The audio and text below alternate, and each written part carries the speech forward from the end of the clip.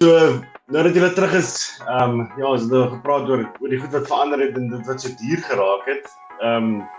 Is daar nog iets wat vir jou uitgestaan het vandat julle nou terug is wat verander het in Suid-Afrika van wat jy kan onthou? Ek sal nie sê iets wat verander het in Suid-Afrika nie, ek sal sê iets wat verander het in ons. Ja. Ons het liewer geraak vir die land. En sy mense. Ek dink om die beeldskoon van Suid-Afrika en sy mense te kan waardeer, moet jy eers weggaan. Dit is soos om jou ex-meisie te verloor en dan te besef, yes, nou het ek 'n gem weggegooi. Verstaan, die mense is ongelooflik resilient, ongelooflik snaaks, tegemoetkomend. Ons is 'n ongelooflike lekker groep mense. Of dit wit, swart, kosse, Afrikaans of Engels is, dit is so lekker gesmelte kultuur wat ons het. En die feit dat